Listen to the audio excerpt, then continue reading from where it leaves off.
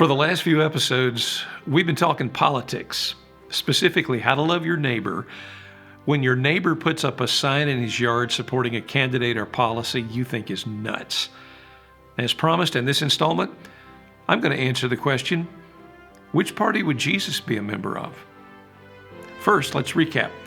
We should be grateful we live in a country where we can say what we think without fear of governmental retribution.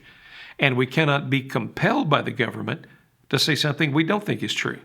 The First Amendment, it's one of the things that makes America awesome and often aggravating. Because if you have freedom of speech, so does your politically wrong neighbor, who Jesus says you have to love. How do you do that? Well, so far we've learned to find common ground by starting with ends, not means.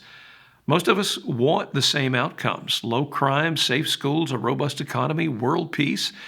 We just disagree on how to achieve those outcomes. But at least we want the same things, most of the time. So start there.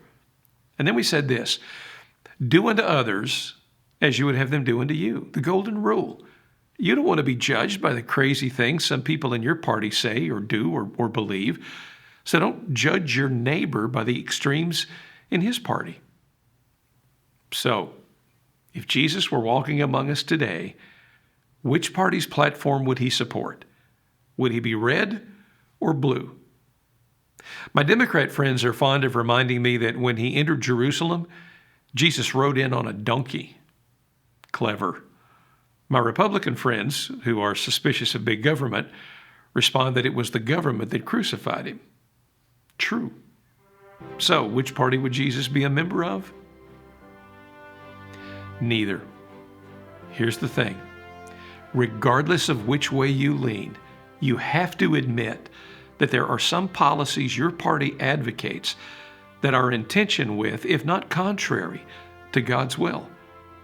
I love how Scott Ray put it. He's Dean of Faculty and Professor of Christian Ethics at Talbot School of Theology. He said, no party's political platform was written with biblical fidelity in mind. Asking which party Jesus would be a member of is the wrong question anyway. A better question is this: which party platform most closely matches the biblical worldview? And only you can answer that question. And regardless of how your neighbors answer it, you still have to love them. Jesus said so. It's not a sermon, just a thought.